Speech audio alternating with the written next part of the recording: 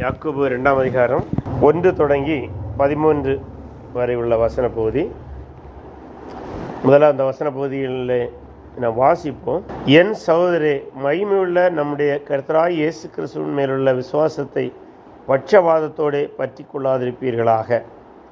ஏனெனில் பொன் மோதிரமும் மினுக்குள்ள வஸ்திரமும் தரித்திருக்கிற ஒரு மனுஷனும் கந்தையான வஸ்திரம் தரித்திருக்கிற ஒரு தரித்திரனும் உங்கள் ஆலயத்தில் வரும்போது மினுக்குள்ள வஸ்திரம் தரித்தவனை கண்ணோக்கி, நீர் இந்த நல்ல இடத்தில் உட்காரும் என்றும், தரித்திரனை பார்த்து நீ அங்கே நில்லு அல்லது இங்கே என் பாதப்படியண்டையில் உட்காரு என்றும் நீங்கள் சொன்னால், உங்களுக்குள்ளே பேதகம் பண்ணி தகாத சிந்தனைகளோடு நிதானிக்கிறவர்களாயிருப்பீர்கள் அல்லவா?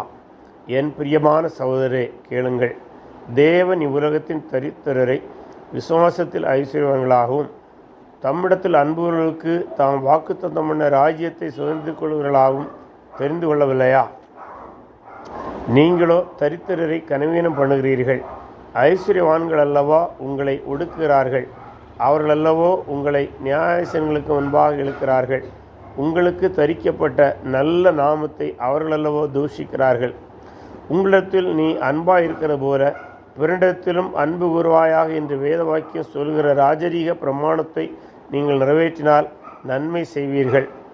பட்சபாதமுள்ளவர்களாக இருப்பீர்களானால் பாவம் செய்து மீறினவர்கள் என்று நியாய பிரமாணத்தினால் நியாயம் தீர்க்கப்படுவீர்கள். எப்படியெனில், ஒருவன் நியாயப்பிரமாணம் முழுவதையும் கை கொண்டிருந்தும் ஒன்றிலே தவறினால் எல்லாவற்றிலும் குற்றவாளியாக இருப்பான். ஏனென்றால் விபச்சாரம் செய்யாதிருப்பாய் என்று சொன்னவர் கொலை செய்யாதிருப்பாய் என்று சொன்னார். ஆதலால் நீ விபச்சாரம் செய்யாமல் இருந்தும் கொலை செய்தாயானால் நியாயப்பிரமாணத்தை மீறுவாய். சுவாதீன பிரமாணத்தினால் நியாய தீர்ப்படைய பொருளாய் அதற்கேற்றபடி பேசி அதற்கேற்றபடி செய்யுங்கள். ஏனென்றால் இரக்கம் செய்யாதவனுக்கு இரக்கமில்லாத நியாய தீர்ப்பு கிடைக்கும். நியாய தீர்ப்புக்கு முன்பாக இரக்கம் மேன்மை பாராட்டும். இந்த யாக்கோபு நிருபம்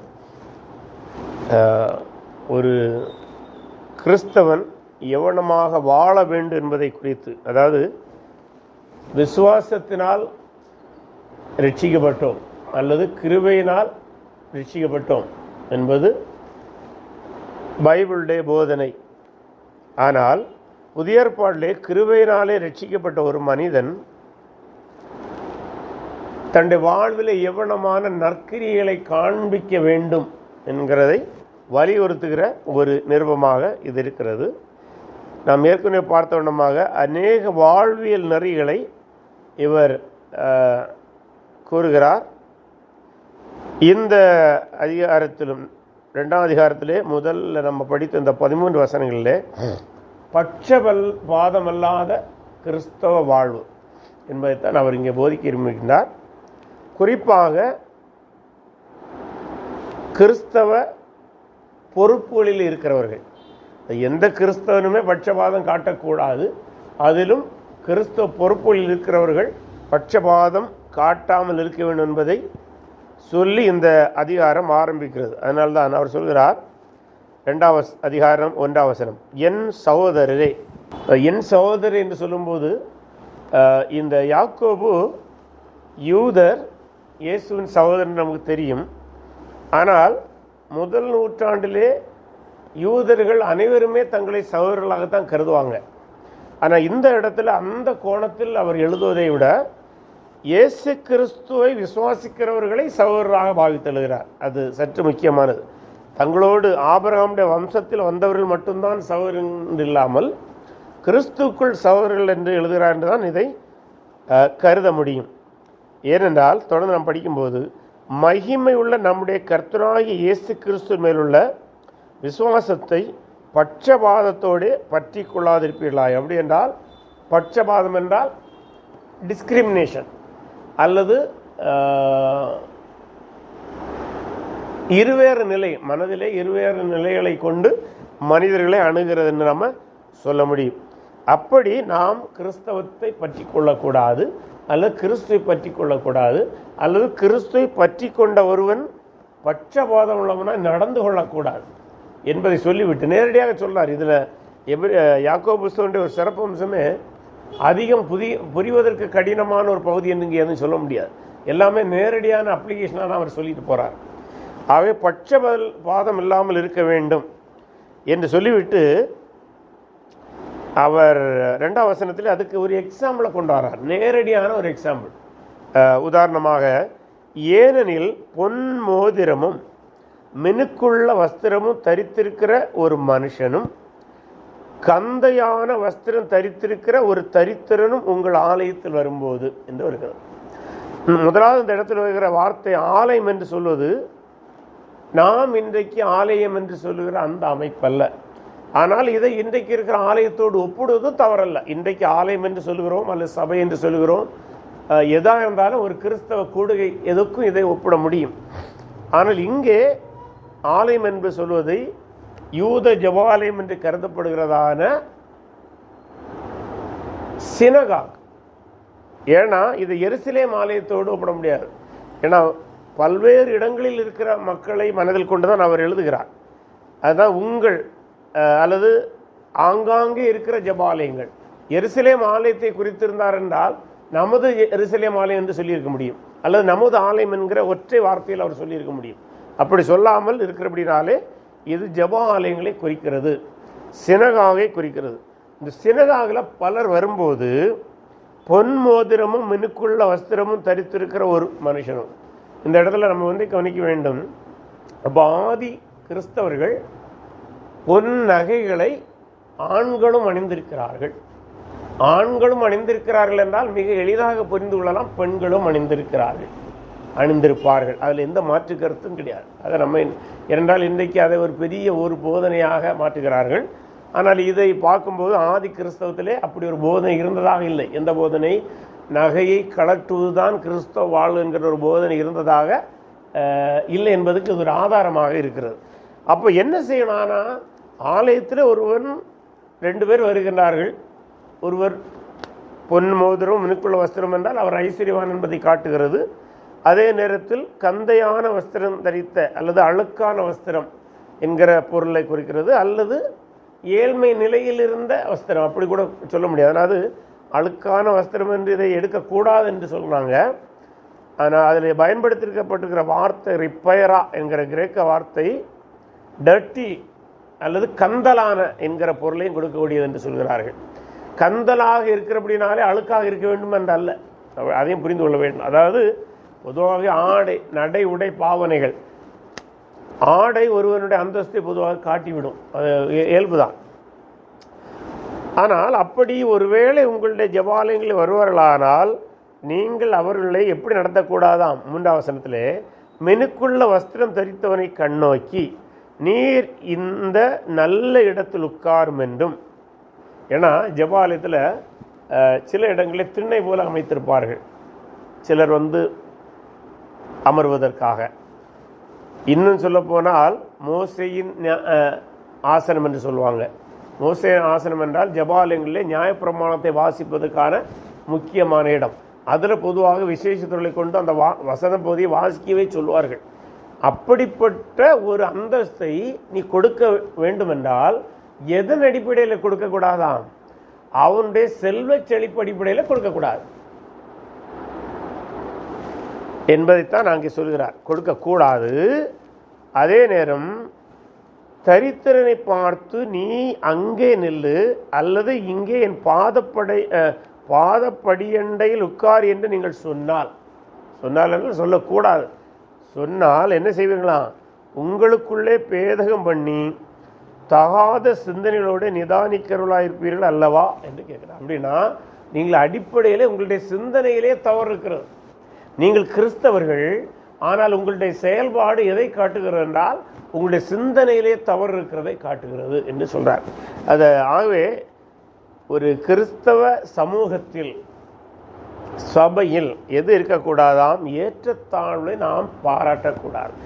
அது பொருளாதார ஏற்றத்தாழ்வாக இருந்தாலும் சரி, ஜாதி போன்ற ஏற்றத்தாழ்வுகளாக இருந்தாலும் சரி, இன மொழி ஏற்றத்தாழ்வுகளாக இருந்தாலும் சரி, அது கிறிஸ்தவ சமூகத்தில் அல்ல கிறிஸ்தவ சபையில் அதற்கு இடமில்லை என்பதை நாம் மனதில் வைத்துக் கொள்ள வேண்டும்.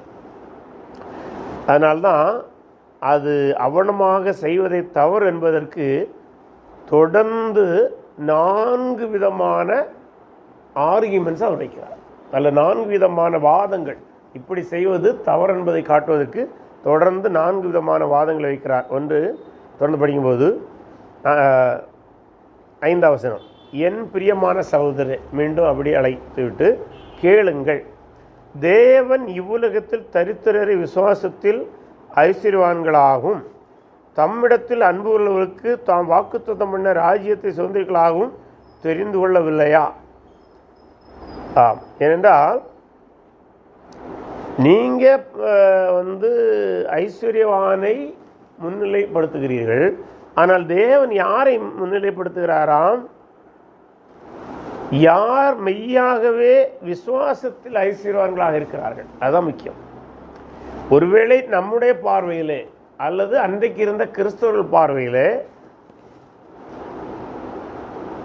கந்தலான வஸ்திரத்தோடு வந்தவன் கடவுளுடைய அல்லது தேவனுடைய இரக்கத்தை பெறாதவன் என்று கருதலாம். ஆனால் அவர் சொல்றார், அப்படி அல்ல.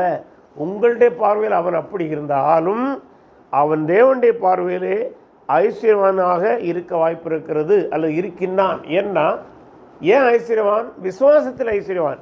எந்த விசுவாசத்தில்? அதை தான் 1ஆம் வசனத்தில் சொல்லிட்டார். எந்த வசனம்? இயேசு கிறிஸ்துவின் மேலுள்ள விசுவாசம். இயேசு கிறிஸ்துவின் மேலுள்ள விசுவாசம் தான் ஒருவனை ஐஸ்வர்யனாக மாற்றும். அப்படின்னா மெய்யாகவே இயேசுவை ஏற்றுக்கொண்ட ஒருவன் அவன் நம்முடைய பார்வையில் பொருளாதாரத்தில் உயர்ந்திருக்கிறான் என்பதல்ல முக்கியம், நம்முடைய பார்வையில் பொருளாதாரத்தில் தாழ்ந்திருக்கிறான் என்பதல்ல முக்கியம், அவன் சமமானவன். ஆகவே நாம் மனதில் வைத்துக் கொள்ள வேண்டிய ஒரு காரியம் என்னவென்றால், விசுவாசத்தில் ஐஸ்வர்யவான்களாக அவன் இருக்கின்றான். அது மட்டுமல்ல, அவனுக்கு என்ன கொடுத்திருக்கிறாராம்? வாக்குத்தத்தம் பண்ணின ராஜ்யத்தை சுதந்திரித்துக் கொள்கிறாரும் தெரிந்து கொள்ளவில்லையா? இந்த இடத்துல இன்னொன்றை புரிந்து கொள்ள வேண்டும். வாக்குத்தத்தம் பண்ணப்பட்ட ராஜ்யம் எப்படிப்பட்டது? பழைய ஏற்பாட்டின் தீர்க்க தரிசன புஸ்தகங்களிலே வாக்குத்தத்தம் பண்ணப்பட்ட ராஜ்யத்தை குறித்து படிப்போமானால் அங்கே எல்லா செல்வமும் இருக்கும், அங்கே எல்லா செழிப்பும் இருக்கும். அது மேசியாவுடைய ஆட்சியில் அங்கே நோய் நொடிகள் குறைவு, மரணம் குறைவு. அப்படிப்பட்ட ஒரு மகிமையான ஆட்சியை ராஜா மேசியா தருவார் என்று வாக்குத்தத்தம் பண்ணியிருக்கிறார். ஆகவே உங்கள் சபையில் அல்லது உங்கள் ஆலயத்தில் உங்கள் சமூகத்தில் ஒருவன் ஏழையா இருக்கிறான் என்றால் அவன் விசுவாசத்தின் நிமித்தம் அந்த ராஜ்யத்தில் உள்ள மகிமைக்கு பங்காடையவனாக இருக்கிறான். அப்ப நீ என்ன புரியணும்? இன்றைக்கு ஆலயத்திலே ஒருத்தன் வஸ்திரத்தோடு மினுக்குள்ளதோடு வருகிறனாலே அவன் ஐஸ்வர்யவான் நினைக்காதே. ராஜ்யத்தின் பார்வையிலே, ராஜ்யத்திலே இன்றைக்கு உன்னுடைய கண்ணிலே கந்தலையான வஸ்திரத்தோடு வருகிறவன் ஐஸ்வர்யவனாக இருக்கின்றான். அருமையான ஒப்பீடு. இவனும் உனக்கு பார்வையில் ஐஸ்வர்யவன் தான், அவன் ராஜ்யத்தில் ஐஸ்வர்யவனா இருக்கிறான். ஆகவே நீ அவனை பட்சபாதத்தோடு அணுகுவது சரியல்ல, அவனும் ஐஸ்வர்யவான் தான் என்று சொல்லுகிறார். அடுத்ததாக 6ஆம் வசனத்தில், நீங்களோ தரித்திரரை கனவீனம் பண்ணுகிறீர்கள், ஐஸ்வர்யவான்கள் அல்லவோ உங்களை ஒடுக்குகிறார்கள், அவர்கள் அல்லவா உங்களை நியாய சிங்காசனத்துக்கு முன்பாக இழுக்கிறார்கள். அதாவது அது என்ன சொல்ல வருகிறார் என்றால், அது சொல்லலாம். ஏன் பட்சபாதம் காட்டக்கூடாது என்றால், முதலாவது தேவன் நாம் பார்த்து விட்டோம், தேவன் கனப்படுத்தி இருக்கிறார். யாரை? கந்தலோடு வந்தாலும் கிறிஸ்துவில் உள்ள விசுவாசத்தினால் அவனை ராஜ்யத்திலே கனப்படுத்தி இருக்கிறார். ஆகவே பட்சபாதம் கூடாது. ரெண்டாவது, ஐஸ்வர்யவான்கள் தான் உங்களை என்ன செய்யறாங்க? ஒடுக்குறாங்க. அதனால இந்த இடத்துல ஒரு கேள்வி சிலர் கேட்கிறாங்க, எந்த ஐஸ்வர்யவான்கள் ஒடுக்கிறார்கள்? கிறிஸ்தவ ஐஸ்வர்யவான்கள் உங்களை ஒடுக்கினார்களா, அல்லது இந்த இடத்துல கிறிஸ்துவ அறியாத ஐஸ்வர்யவான்கள் ஒடுக்கினார்களா என்கிற ஒரு கேள்வி இருக்கிறது. அதற்கு 2 விதமான கருத்தும் சொல்றாங்க. சிலர் சொல்றாங்க இந்த இடத்துல அவர் சொல்லுகிறது மறைமுகமாக, ஏன்னா யூத ஜெபாலயத்தை விட்டு இன்னும் சபை வெளியே வரவில்லை. நல்லா புரிஞ்சுருங்க, இது one of the early epistle, முதலாவது எழுதப்பட்ட நிருபங்களில் ஒன்று.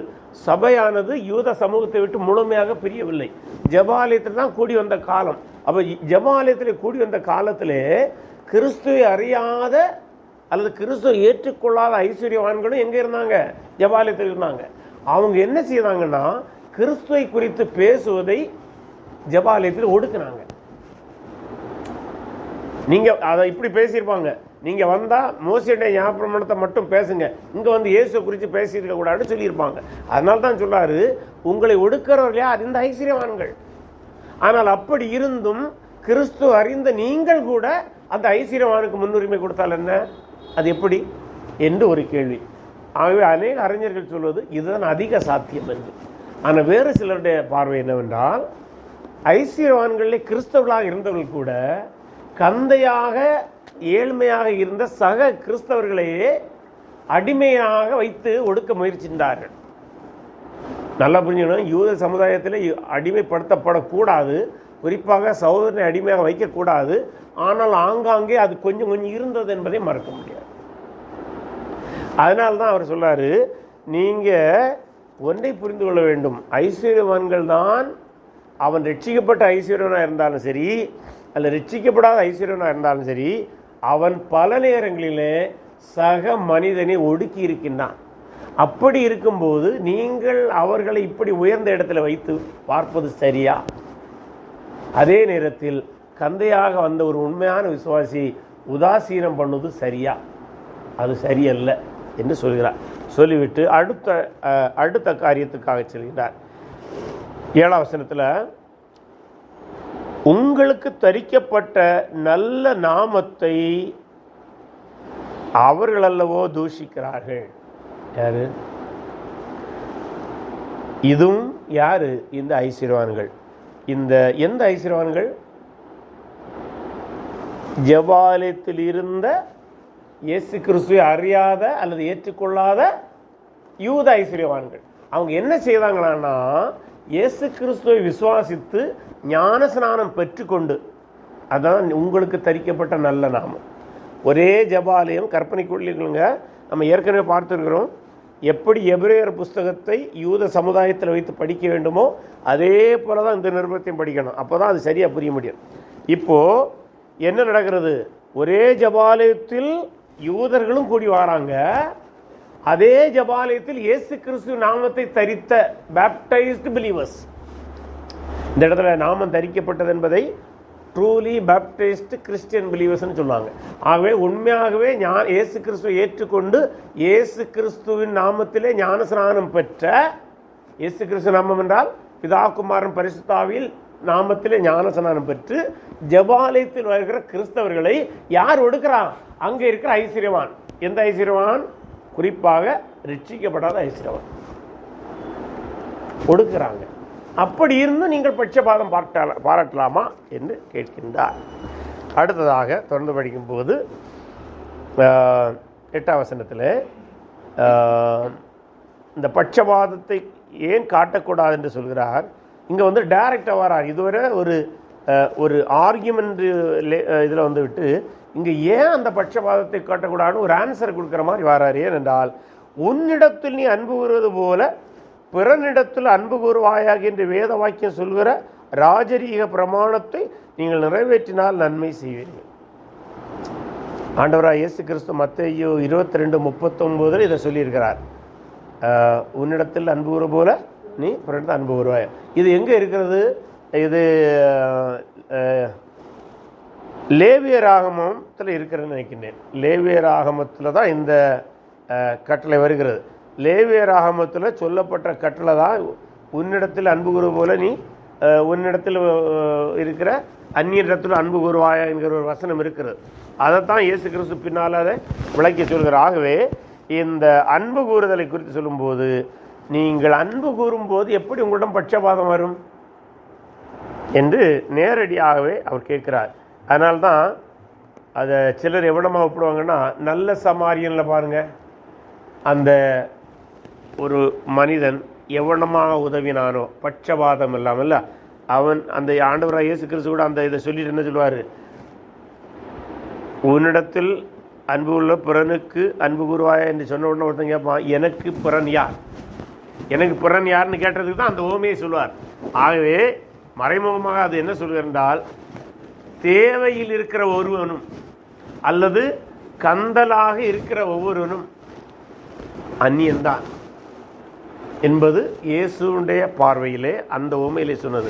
இங்கே அதையும் இதையும் நாம் ஒப்பிட்டு பார்க்கும்போது நம்முடைய கிறிஸ்தவ சமூகத்துக்குள்ளாக ஒருவன் நம்முடைய பார்வையிலே ஐஸ்வர்யவனாக இல்லாமல் இருந்தாலும் அவனிடத்திலே நாம் பட்சபாதம் இல்லாமல் அன்பு கூறுவதற்கு அழைக்கப்பட்டிருக்கின்றோம். ரொம்ப முக்கியமான ஒன்றாக இருக்கிறது. இவ்வளமாக கிறிஸ்தவர்கள்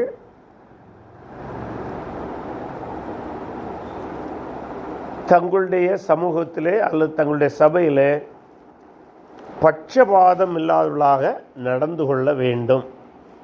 அது மட்டுமல்ல, அதுக்கு அடுத்தது நெகட்டிவ் சைடுக்கு போகிறார்.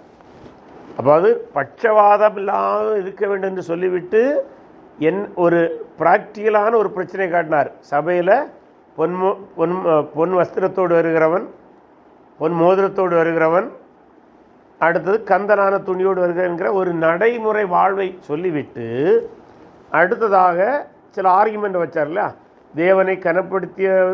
தேவன் கனப்படுத்தியவர்களை அவமதிக்கக்கூடாது, ஐஸ்வர்யவான்கள் உங்களை ஒடுக்கிறார்கள், ஆகவே அவர்களிடம் பட்சபாதம் தேவையில்லை, கிறிஸ்து நாமத்தை அவர்கள் தூஷிக்கிறார்கள், அது மட்டுமல்ல உங்களை நியாய சிங்காசனத்துக்கு முன்பாக இழுக்கிறார்கள். நியாய சிங்காசனத்துக்கு முன்பாக இழுக்கிறார்கள் என்றால் அது எதுக்கு என்றால், இந்த கிறிஸ்தவர்களை பல வேளைகளிலே சபையை விட்டு நீக்கினார்கள். சபையை விட்டு நீக்கிறார்கள், யூத ஜெபாலயத்தை விட்டு நீக்கினார்கள். ஸோ அந்த நிகழ்வையும் அவர் சொல்கிறார். இவை எல்லாம் எதை காட்டுகிறது? இன்னும் கிறிஸ்தவம் யூத மதத்தை விட்டு முழுமையாக பிரியவில்லை. சபை என்பது தனியாக இயங்கவில்லை, ஒரே ஜெபாலயத்தில் இயங்கி வருகிறது என்பதை காட்டுகிறது. ஆகவே நீங்கள் பட்சபாதம் இல்லாதவர்களாக நடந்து கொள்ள வேண்டும் ஒரு கிறிஸ்தவனாக சொல்லிவிட்டு 9 சொல்லாரு, பட்சபாதம் உள்ளவர்களாக இருப்பீர்களானால், இந்த இதுல இருந்து ஒரு ரொம்ப ஸ்ட்ராங்கான இதுக்கு போறார். முதல்ல அவருக்கு ஆர்கியுமெண்ட் ஸ்ட்ராங்காக வருது, ஆனால் இந்த இடத்துல ஏற்கனவே அவர் பட்சபாதமாக இருக்கக்கூடாது என்று சொன்ன வாதங்களுக்கு இன்னும் தீவிரமான ஒரு ஆர்கியுமெண்ட் போகிறார். என்னன்னா, நீங்கள் பாவம் செய்து மீறினவர்கள் என்று நியாயப்பிரமாணத்தால் தீர்க்கப்படுவீர்கள். இப்போ ஒரு கேள்வி, ஒரு இறையியல் கேள்வி, நியாயப்பிரமாணம் கிறிஸ்தவனுக்கு ஒத்து வருமா, அல்லது நியாயப்பிரமாணத்தை கிறிஸ்தவர்களுக்கு நேரடியாக நாம் கொண்டு வரலாமா என்ற ஒரு கேள்வி. அதற்கு அறிஞருடைய பதில் என்னவென்றால், நியாயப்பிரமாணத்துடைய சடங்காச்சாரங்கள் கிறிஸ்தவனுக்கு வராது. அது எப்படின்னா, இப்போ 10 கட்டளை, பொதுவாக நியாயப்பிரமாணம்னா 10 கட்டளைன்னு போகும். இந்த 10 கட்டளையில் 9 கட்டளைகள் நிருபங்களிலே பேசப்பட்டுள்ளது. நல்லா புரிஞ்சுடுங்க, நியாயப்பிரமாணத்தில் 10 கட்டளையில் 9 கட்டளைகள் நிருபங்களிலே பேசப்பட்டுள்ளது. குறிப்பாக பவுலுடைய நிருபங்களில் பேசப்பட்டுள்ளது. ஒரே ஒரு கட்டளை தான் பேசப்படலை. அது எதுன்னு தெரியுமா? ஓய்வு நாளை ஆசரிப்பாயா என்கிற கட்டளை மட்டும்தான் நிருபங்களிலே கிறிஸ்தவர்களுக்கு பேசப்படவில்லை. அது எதை காட்டுகிறது என்றால், ஓய்வு நாள் என்கிற சடங்காச்சாரம், அதாவது ஓய்வு நாளானா நம்ம ஓய்வு நாள் என்பது சண்டேன்னு சொல்லணும், அப்படி அல்ல. ஓய்வு நாள் என்பது யூதருடைய பார்வையிலே சனிக்கிழமை. அந்த சனிக்கிழமையாகி அந்த சடங்காச்சார முறை கிறிஸ்தவர்களுக்கு பேசப்படவில்லை. ஆனால் நற்குணங்களை போதிக்கிறதான அல்லது விசுவாசத்தை குறித்து போதிக்கிறதான மற்ற 9 கட்டளைகளும் நிருபங்களிலே பேசப்பட்டுள்ளன, நிருபங்களிலே விளக்கப்பட்டுள்ளன. அப்போ அதனுடைய சாராம்சம் என்னவென்றால், பழைய ஏற்பாட்டிலே லேவியராகமம் 11ஆம் அதிகாரம் 45 வசனத்தில் படிக்கும்போது வருகிறது, நான் பரிசுத்தராயிருப்பது போல நீங்களும் பரிசுத்தராயிருங்கள் என்று சொல்லியிருக்கிறது. அதை பேதுரும் தன்னுடைய நிருபத்தில் இடத்துல சொல்லியிருக்கிறாரு, நான் பரிசுத்தராயிருப்பது போல நீங்களும் பரிசுத்தராயிருங்கள். ஆகவே அப்போ ஏன் மற்ற 9 கட்டளைகளும் கிறிஸ்துவ சொல்றாங்க என்றால், நாம் பரிசுத்தமாக இருப்பதற்கு அந்த கட்டளைகள் நமக்கு வழிகாட்டுதலை தருகின்றன. நல்லா புரிஞ்சுங்க, சடங்காச்சாரமாகிய சபாத் என்கிற சனிக்கிழமை ஓய்வு நாள் என்பதுதான் கிறிஸ்தவர்களுக்கு கட்டாயம் இல்லையே தவிர அல்லது தேவையில்லையே தவிர, மற்ற பரிசுத்தத்துக்கு நேராக வழிநடத்துகிற மற்ற 9 கட்டளைகளும் நமக்கு வரும்.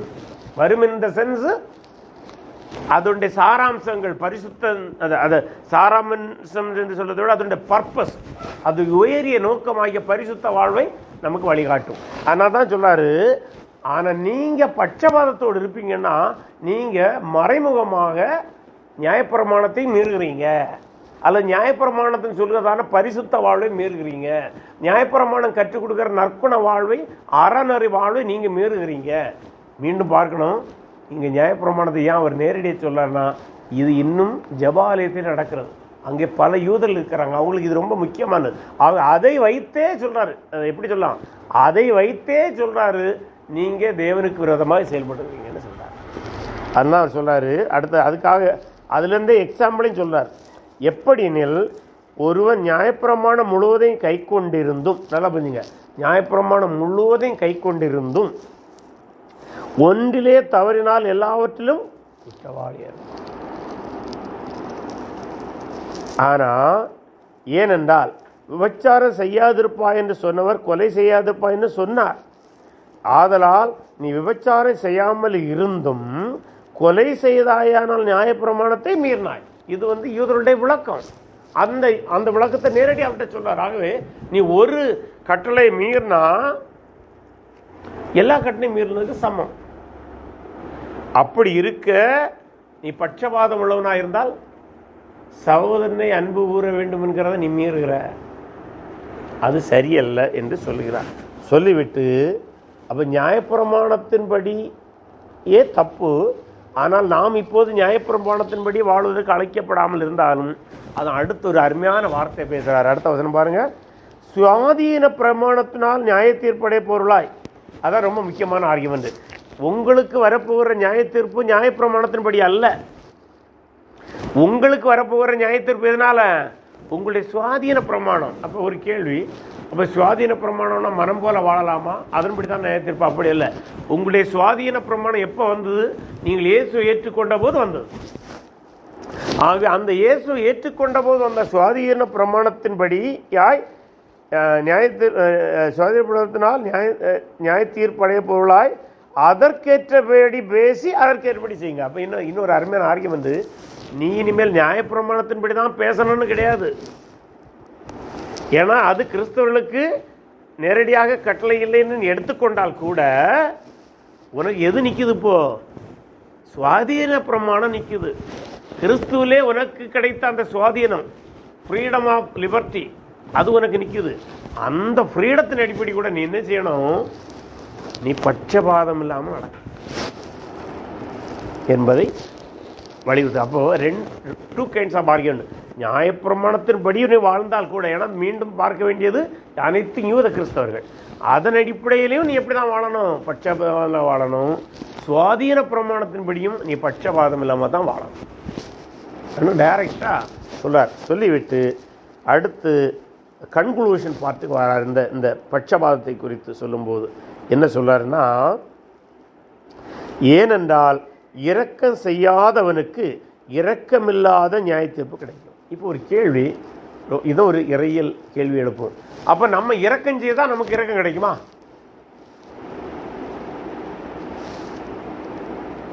அது எதுக்கு அப்படி சொல்றாருன்னா, நீ உண்மையிலே மீட்கப்பட்டிருந்தாயானால், தேவனுடைய இரக்கத்தை பெற்றிருந்தாயானால், நீ இரக்கத்தை காண்பிப்பதற்கு கடமைப்பட்டவனாக இருக்கின்றாய். அப்படி இரக்கத்தை காண்பிப்பதற்கு உன்னால் இயலவில்லை என்றால், தேவன் உனக்கு இரக்கம் காட்டினது உண்மையா என்பதை நாம் கேள்வி எழுப்பணும்.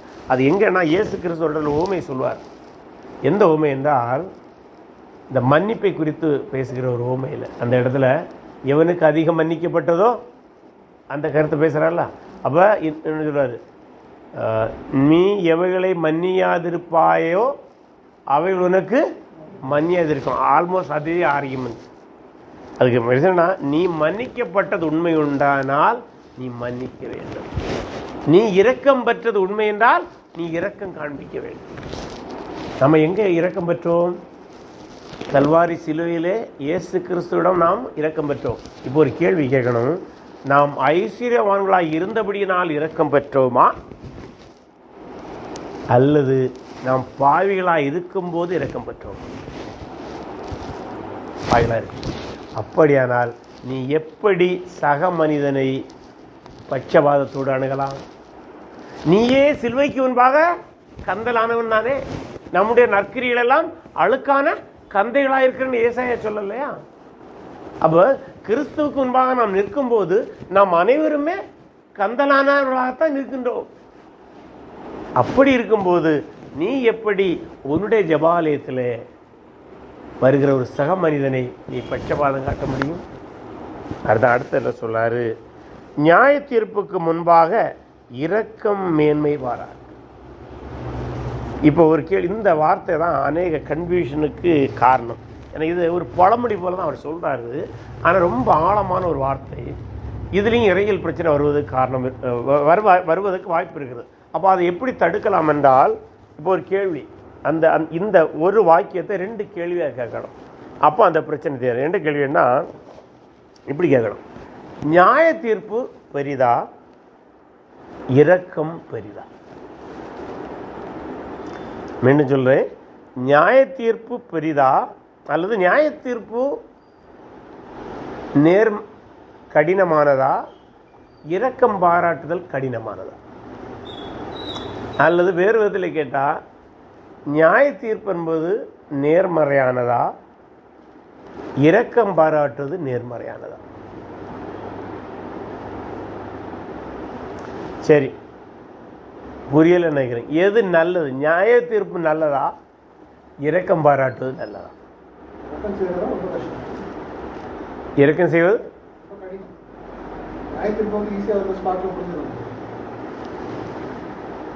நீங்க அப்படி வாரீங்க. தேவனுடைய சமூகத்தில் தேவனுடைய நியாய தீர்ப்பை பேசுங்களேன். இது நான் நினைக்கிறேன் பிரதர் சொன்னது நம்ம ஒரு ஆளை நியாயம் தீர்க்கிற பார்வையில் பேசுறீங்கன்னு நினைக்கிறேன். இது அந்த கோணத்தில் எழுதப்பட்டதாக கருத வேண்டாம். தேவ சமூகத்தில் தேவனுடைய நியாய தீர்ப்பு பெரிதா, தேவனுடைய இரக்கம் பெரிதா? அல்லது தேவனுடைய அப்படி தேவன் நியாயம் தீர்க்கிற நியாய தீர்ப்பு நல்லதா, தேவனுடைய இரக்கம் நல்லதா? எது பெஸ்ட் நமக்கு? நம்ம பார்வையில் இரக்கம் தான். ஏன்னா நியாய தீர்ப்பில் மறைமுகமாக பிரதர் சொன்னா அப்படிதான். நியாய தீர்ப்பு என்பதே ஒரு விதத்தில் எதிர்மறை விளைவு, எதிர்மறை விரைதானே. நியாய தீர்ப்பில் நம்ம விடுவிக்கப்பட்டோம்னா பாசிட்டிவ். பட் நியாய தீர்ப்புங்கிற வார்த்தை கேட்ட உடனே அந்த வார்த்தையில் ஒரு ஐடியா என்ன இருக்கிறது? அது ஒரு எதிர்மறை செயலாக இருக்கிறது, அல்லது எதிர்மறை விளைவை கொண்டு வருவதற்கான வாய்ப்பு இருக்கிறது. ஆனால் இரக்கம் என்பது ஒருபோதும் எதை கொண்டு வராது? எதிர்மறை விளைவையோ எதிர்மறை செயலையோ கொண்டு வராது. அப்ப எது பெஸ்ட்? இரக்கம் பாராட்டுதான் பெஸ்ட். அதான் சொல்லாரு, அப்ப நீ இரக்கம் பாராட்டு. எது பெஸ்ட்? நீ தேவ சமூகத்தில் நியாய தீர்ப்பு என்கிறதான ஒரு எதிர்மறை செயலை சந்திப்பதற்கு உனக்கு பயம் இருக்கிறது அல்லவா? அல்ல, பயம் வரலாம் அல்லவா? ஆகவே நீ என்ன செய்யணும்? இரக்கம் பாராட்டு. அப்ப அர்த்தம் என்னது? நீ இரக்கம் பாராட்டினா என்றால் உனக்குள்ளாக கிறிஸ்து செயலாற்றுவதற்கு ஒரு சான்றாக இருக்கிறது. ஏன்னா இந்த யாக்கோபு நிருபத்தினுடைய ஒரு சிறப்பம்சமே மிக கடுமையாக கிறிஸ்தவர்கள் செயலில் தங்களுடைய விசுவாசத்தை காட்ட வேண்டும் என்று சொல்லார். ஆனால் தொடர்ந்து படிக்கும்போது என்ன சொல்லாரு? கிரியை இல்லாத விசுவாசம் செத்த விசுவாசம். அப்ப உனக்குள்ளாக விசுவாசம் இருக்குமானால் அது இரக்கமாகவும் வெளிப்பட வேண்டும். அதுதான் இந்த ஆர்குமெண்ட்டுக்கு இது முன்னுரை. அதனால்தான் அவ்வளோ கடுமையான ஆர்குமெண்ட் வைக்கிறாரு. மற்றபடி கிறிஸ்துவின் மேலுள்ள விசுவாசத்தில் ரட்சிக்கப்பட்டோம். அந்த விசுவாசத்தை நாம் நற்கிரிகளை காட்ட வேண்டும். அந்த நற்கிரியில் ஒன்றுதான். ஏன்னா தொடர்ந்து அடுத்த இந்த அதிகாரத்தினுடைய மறுபகுதியில் நம்ம வரும்போது அவர் ஆட்டோமேட்டிக்காக அதுக்கு தான் போவார். நீங்கள் தொடர்ந்து படிக்கும்போது பாருங்க, 17ஆம் வசனத்தை பாருங்க. அப்படியே விசுவாசமும் கிரியைகள் இல்லாதிருந்தால் தன்னில் தானே செத்ததாக இருக்கும். அப்போ நமக்குள்ளாக இருக்கிற விசுவாசம் கிறிஸ்து உயிர்த்தெழுந்ததனால் வந்த உயிர்த்தெழுதலின் விசுவாசமாக இருக்குமானால் செத்த கிரியைகளை விட்டு அல்லது நியாய தீர்ப்புக்கு ஏற்ற கிரியைகளை விட்டு இரக்கத்துக்கு ஏற்ற நற்கிரிகளை செய்ய வேண்டும். அதான் தொடர்ந்து அதான் போவார். நம்ம அதை அடுத்த ஆகவே இரக்கம் பாராட்ட நாம் என்ன செய்ய வேண்டும்? கற்றுக்கொள்ள வேண்டும். அவ்வளோதான். ஒருவேளை நம்முடைய வாழ்விலே இரக்கம் பாராட்ட, பொதுவாக நாம் மனிதர்களை பார்த்தவர்களே அநேக மனிதர்கள் இரக்கம் பாராட்டுகிறார்கள். எந்த மதத்தை சாராதவர்கள் கூட இரக்கம் பாராட்டுவார்கள். இப்போ ஒரு கேள்வி, அப்போ ஏன் பிற மதத்தில் உள்ளவங்க கூட இரக்கம் பாராட்டுகிறான்? அது காரணம் என்னவென்றால், நீங்கள் தேவனுடைய குணாதிசயத்தை படிப்பீர்களாயில் இறையியல்ல தேவனுடைய குணாதிசயத்தை 2ஆக பிரிப்பார்கள். அட்ரிபியூட்ஸ் ஆஃப் காட் என்று ஆங்கிலத்தில் சொல்லுவாங்க. அது ஒன்று என்ன சொல்லுவாங்கன்னா, வல்லமை சார்ந்த குணங்கள். அது எது என்றால், சர்வ வல்ல தேவன், சர்வ வியாபி, சர்வ ஞானி, இவைகளெல்லாம் தேவனுக்கு மட்டுமே உரியவை குணங்கள். ஆனால் நான் மாறல் அல்லது வல்லமை சாரா குணங்கள் என்று இறையில் ஒரு பகுதி உண்டு.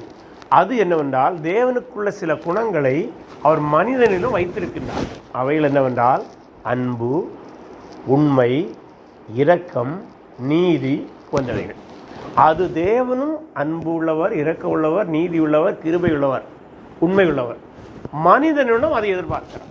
ஆகவே தேவன் நம்மை தம்முடைய சாயலை படைத்த போதே நம்மள என்ன வச்சாரு?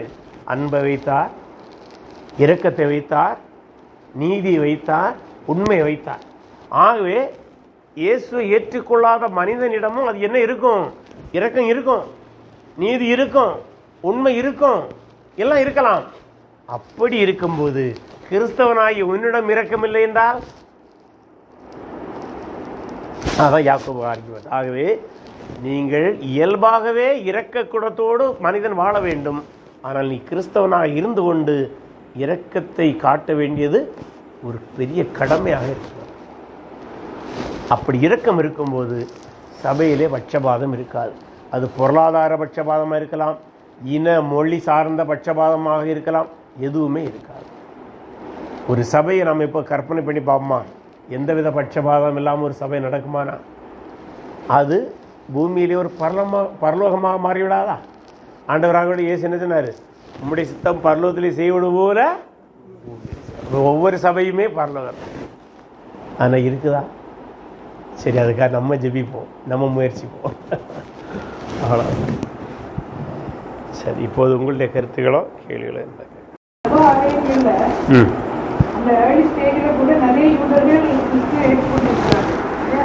ஆமாம் ஆமாம், அதாவது ஜபாலயங்கள் யூதர்கள் இருந்ததா? நீங்கள் சின்ன போல, அதாவது ஜபாலயங்களில் நீங்கள் கேட்குறது, ஜபாலயத்தில் அநேக யூதர்கள் இருந்தார்கள், அநேக கிறிஸ்தவர்கள் இருந்தார்கள், அப்படி தானே? எல்லாருமே யூதர்கள் தான் இருந்தாங்க. இல்லை, நிறைய பேர்னு சொல்ல வேண்டாம், கணிசமானவர்னு சொல்ல முடியும். ஏன்னா யூத சமுதாயத்துக்குள்ளாக தான் கிறிஸ்தவம் பரவிச்சுது. அது மெஜாரிட்டியாக போச்சுன்னு எந்த இடத்துலையும் சொல்ல முடியாது. ஒரு சில இடங்களில் ஒரு 50% சற்று முன்பு இருந்துக்கலாம். ஆனால் யூதருடைய அந்த எண்ணிக்கை ஒப்பிடும்போது கிறிஸ்தவருடைய எண்ணிக்கை கம்மியாக தான் இருந்துச்சு.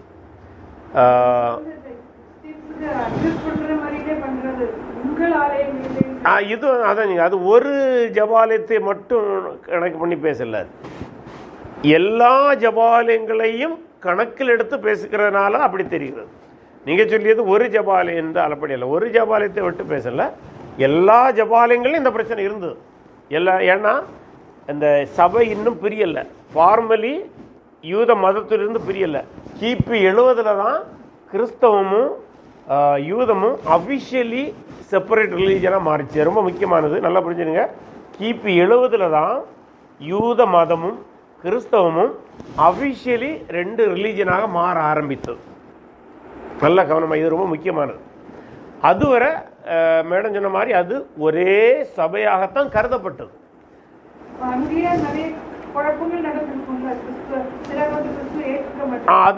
நல்ல கேள்வி. அது சிலர் ஏற்றுக்கொள்ளாதவங்க தான் கிறிஸ்து ஏற்றுக்கொண்டவர்களை நியாய சிங்காசனத்தில் கொண்டு வந்து சபையை விட்டு அல்லது என்ன சொல்றது அந்த அந்த கம்யூனிட்டியை விட்டு எக்ஸ்கம்யூனிகேஷன் பண்ணதுக்கு முயன்றது.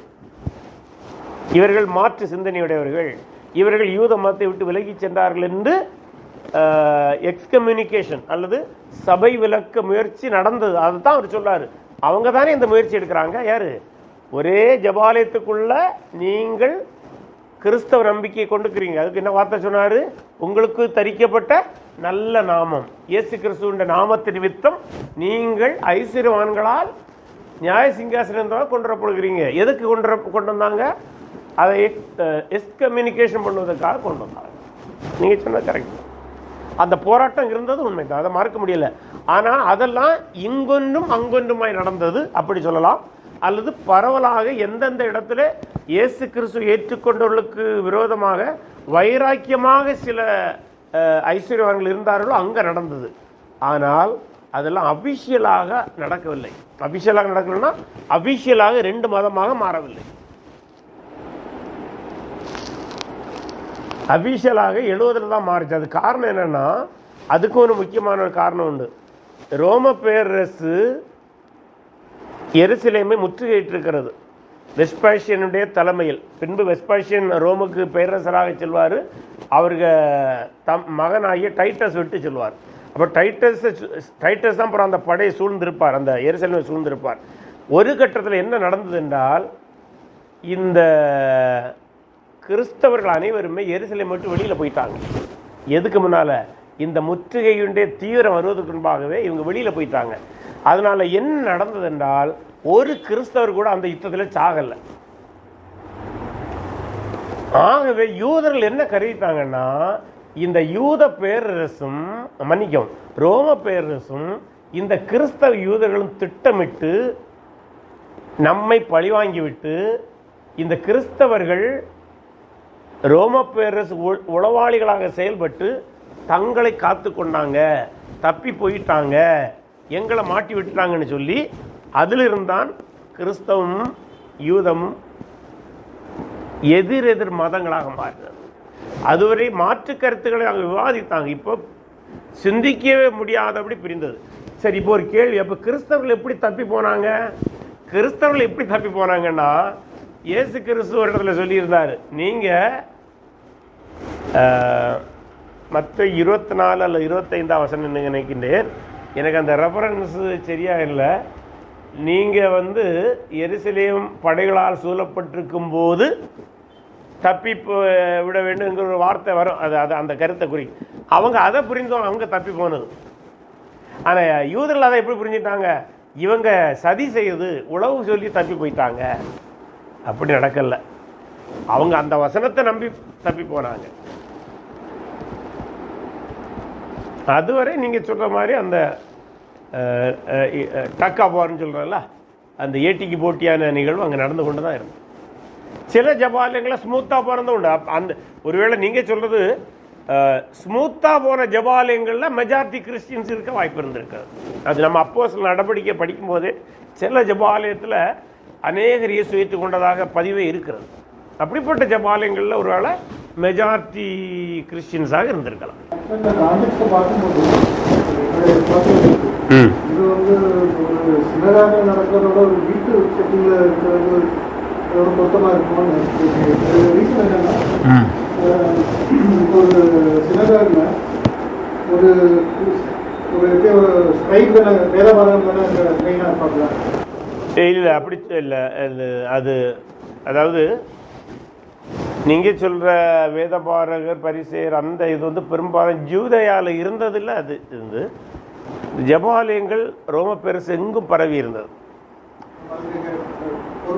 பொறுப்பாக இருந்தது யாருமே, எந்த மனிதன் ஒரு ஜபாலயத்தை அமைக்கலாம். இப்போ நீங்களே விரும்பினால் கூட நீங்கள் ஒரு ஜபாலயத்தை கட்டி அமைக்கலாம். நீங்களே அதுக்கு தலைவராக இருக்கலாம்.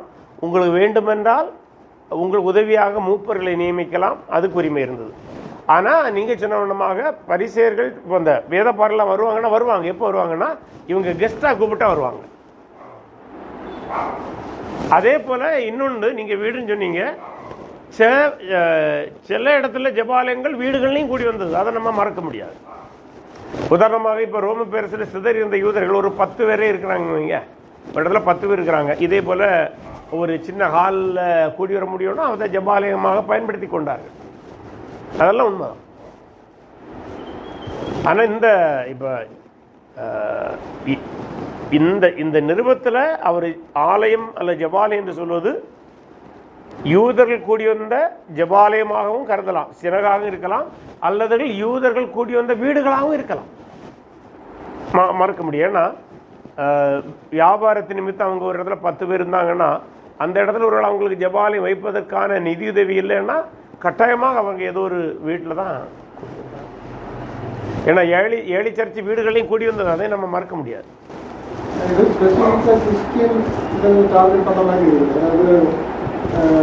ஆலயத்துக்கு வரும்போது நீங்கள் எப்படி உட்காராதீங்க, அப்போ இந்த ரெஸ்பான்சிபிலிட்டி ப்ராபப்ளி இந்த சினகாகில் நடக்குமான்னு ஒரு கேள்வி. ஆமாம், அதுதான். அதாவது சினகாகில் வந்து கிறிஸ்தவர்களும் இருக்கிறார்கள். இப்போ நீங்கள் சொன்ன சிச்சுவேஷனை நீங்கள் சொன்னது எப்படின்னா, எப்படி கிறிஸ்தவர்களுக்கு கொடுக்குற ஒரு கட்டளை ஜெபாலயத்துக்கு பொருந்தணும், இப்படி பொருந்துங்களா? இப்போ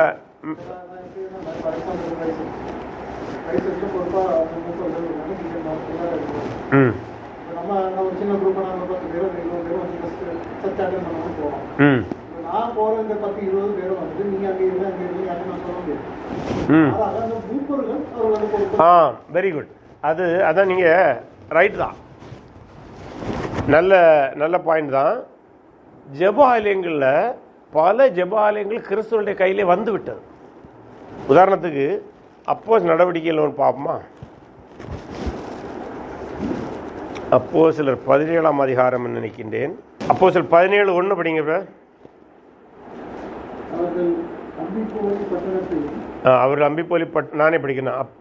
அப்போலோனியா பட்டணத்தை கடந்து தெசலோனிக்கே பட்டணத்துக்கு வந்தார்கள். அங்கே யூதருக்கு ஒரு ஜெபாலயம் இருந்தது.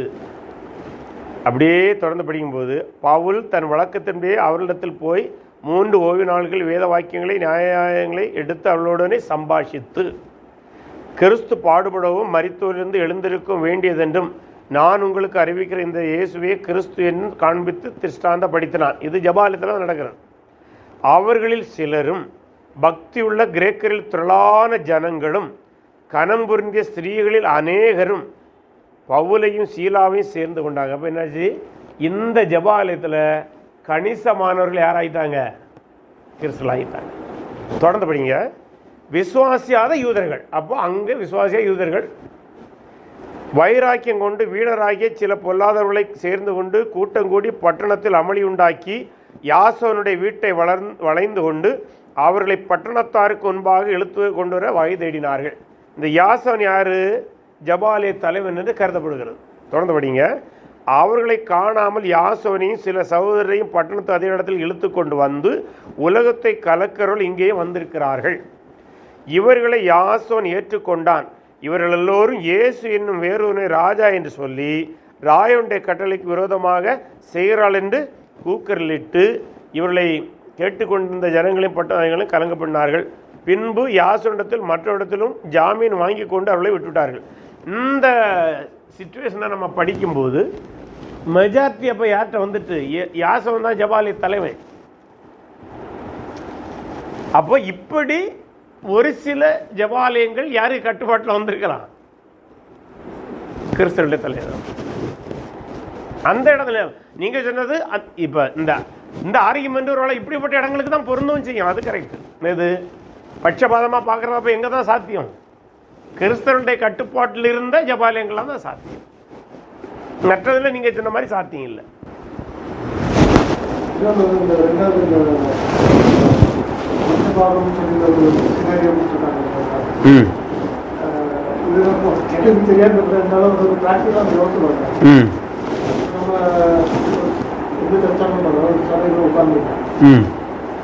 எனக்கு பக்கத்துல வந்து ஒருத்தர் வந்து அழுது கொடுத்துட்டு குளிக்காம எடுக்காம கொடுத்தாங்க. ஒரு டிஃபிகல்ட்டி இருக்கதான் செய்யும். ஒரு விசுவாசியம் இருந்தாலும் லேட் ஆகும். அப்ப இதுல வந்து ஒரு இதுல நல்ல அருமையான கேள்வி. Very good. அதனால தான் இதே சம்பவத்தை ஒரு கமெண்ட்ரியில் நான் படித்தேன். அப்போ அவங்க என்ன சொல்கிறாங்கன்னா, ரிப்பேராக தானே அந்த வார்த்தை.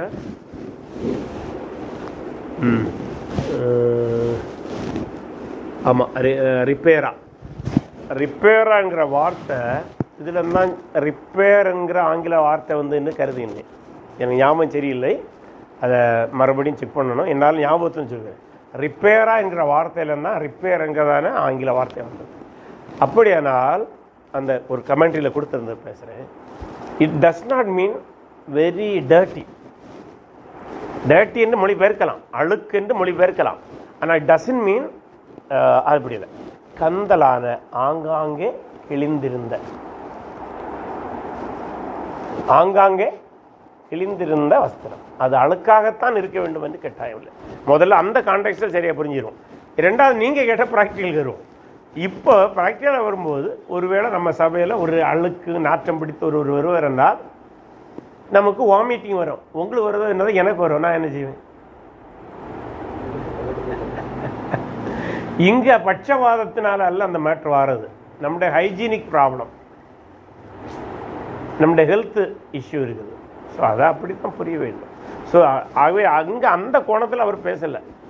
ஒருத்தன் மினுக்கு வஸ்திரத்தோடு வாரான், அவனோட ஒப்பிடும்போது ஒருத்தன் கந்தலான அல்லது பழைய துணியோட வாரானே புரியுமா?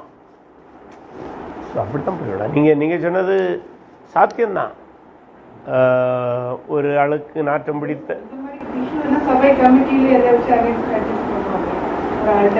சமாதானமா பேசுறோம், அவங்கள பேசிஃபை பண்ணி நம்ம வெளியே கொண்டு போகணும். அப்படிதான் இல்லை, வெளியே கொண்டு போக முடியாத நேரத்தில் நம்ம தான் வெளியே போகணும். வெளியே போகணும் நம்ம இடம் மாறி இருக்கணும். அப்படி ஆமாம், வந்தாலும் வெளியே போக முடியாது. இல்லை, நிச்சயமாக சொல்லக்கூடாது, சொல்லக்கூடாது. கரெக்டாக சொன்னீங்க. எந்த ஒரு இடத்துலையும் வந்தாலும் வெளியே சொல்லவே போடக்கூடாது. அவன் மென்டலி பேஷண்ட்டாக இருந்தால் கூட பக்குவமாக டீல் பண்ணலாம், அது வேற. ரெண்டாவது, பக்குவமாக அந்த இடத்து, ஏன்னா ஒரு மென்டலி பேஷண்ட்டாக இருந்தால் அங்கே சர்ச்சில் ஆறாவது நேரம் அவன் பிரசங்கம் பண்ணிகிட்டு இருப்பான். ஆமாம். ஸோ அதை நம்ம அதை வயசாக டீல் பண்ணணும். அதே நேரம் மென்டலி இஷ்யூ இல்லாமல் நீங்கள் சொன்ன மாதிரி ஒரு விதமாக அழுக்காக இருந்தால் நம்ம என்ன சொல்கிறது? சமீபத்தில் நடந்த ஒரு செய்தி நான் உங்கள்கிட்ட சொன்னேன்னு என்ன ஞாபகம் இல்லை. நான் ஒரு நாள் ஒரு இடத்துல பஸ்ஸு நிற்கிறேன். 2 நாள் நடந்தது. 2 நாள் 3 பிச்சைக்காரர்கள் சேர்ந்தே தெரிவாங்க. எனக்கு அவங்க 3 பேரையும் தெரியும். 3 பேரும் ஒரு டீம் ஒர்க்குன்னு வச்சுடுங்களா. சாயங்காலம் பஸ் ஸ்டாண்டில் உறங்குவாங்க. ஒரு நாள் அவங்க அப்படி இருக்கிறாங்க, நான் பக்கத்தில் இருக்கிறேன்னா நான் பஸ்ஸு இருக்கிறேன், அதெல்லாம் இருக்கணும். ஒரு ஆள் படுத்துருக்கிறாரு. அவங்களுக்குள்ள ஏதோ சின்ன மிஸ் அண்டர்ஸ்டாண்டிங் உண்டா என்னதோ, அப்போ தான் புரிஞ்சுக்கிட்டேன் அவங்களுக்குள்ளே மிஸ் அண்டர்ஸ்டாண்டிங் வருது. உடனே ஒருத்தன் சொல்லலாம், அவங்க கொஞ்சம் விசுவாசி போல இருக்கு, இது பெருசுப்படுத்தாதப்பா, ஏசப்பா கைவிட மாட்டார். யாரு? அவங்க 3 பேருக்குள்ள. அவங்கள ஒருத்தன் சொல்லலாம், இதை பெருசுப்படுத்தாதப்பா, ஏசப்பா கைவிட மாட்டார். எனக்கு அப்போதான் எனக்கு தெரியும் கிறிஸ்தவன். இதே மனிதன் ஒரு நாள் ஒரு ஹோட்டலில் சாப்பிட்றான். நான் அந்த ஹோட்டலில் சாப்பிட்றேன். அந்த ஹோட்டலுக்காரன் சத்தம் போட, நீ ஒழுங்கா பைசா தர மாட்டேன். இதே பிச்சைக்காரனை அவன் சொல்லியா, எனக்கு தானே தந்தீங்க, ஏசப்பா அவங்களை ஆச்சரியப்பார். ஒரே பிச்சைக்காரன். இப்போ எனக்கு ஒரு கேள்வி, அப்போ அவனுக்குள்ள எவ்வளோ ஃபெய்த் இருக்குது. ஏன்னா ஒரு நாள் அல்ல, ஒரே மனிதன் 2 நாள் பேசினதான் கவனிச்சாச்சு. கேஷுவலாக சொல்ல, அவன் அந்த கடைக்காரன் சத்தம் போட்டான், நீ ஒழுங்கா காசு தர மாட்டேன்னு. அது ஏசப்பா அவங்களுக்கு தருவார். அப்படி பச்சை அடிக்கிறான் அவன்.